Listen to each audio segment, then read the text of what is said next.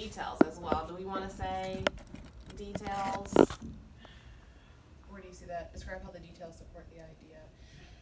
Just for your answer using evidence from the text. I feel like the details and the evidence go more together than I the agree. reasons. Okay.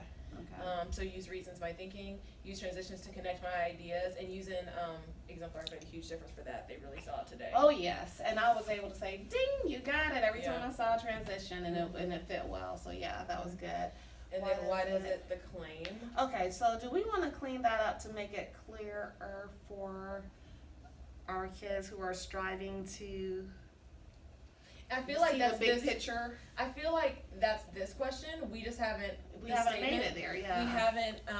That language doesn't necessarily have a whole lot of value yet. It doesn't. Like we're working up to that by asking the what does it matter. We're asking what is the relationship between the details. Yeah. I definitely think that's our end goal to get to that language yet. But I feel like it'd be a big shift.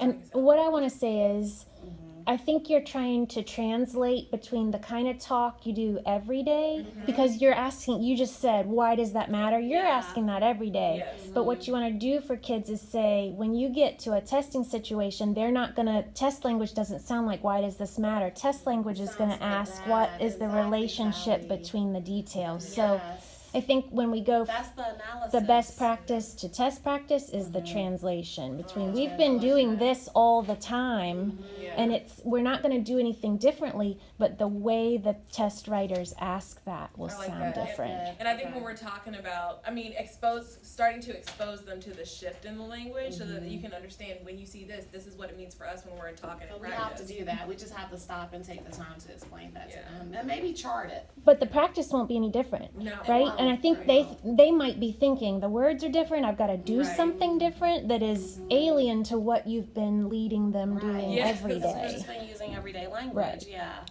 Okay. Yeah. Okay. All right. So, So let's look back at the two stances. okay. Struggles can pull people together, or struggles can break people apart. Choose a claim that supports your thinking based on what you read in Angels in the Dust. Describe how the details support the claim. Justify your answer using evidence from the text and reasons based on what you know. Sounds good. And you match that language match to the standard and to those stems from the framework. Yeah. And when we're thinking about our checklist, choose a claim or a stance. How was the claim seen in the story? Use evidence from the story to support my claim. Use reasons, my thinking. Use transitions to connect my ideas. And why does the claim, matter for the story? Yes. Okay. Mhm. Very good. So we just need to put it on Google Classroom, All right. Sounds good. copy and paste, Success. and that's our test. All right.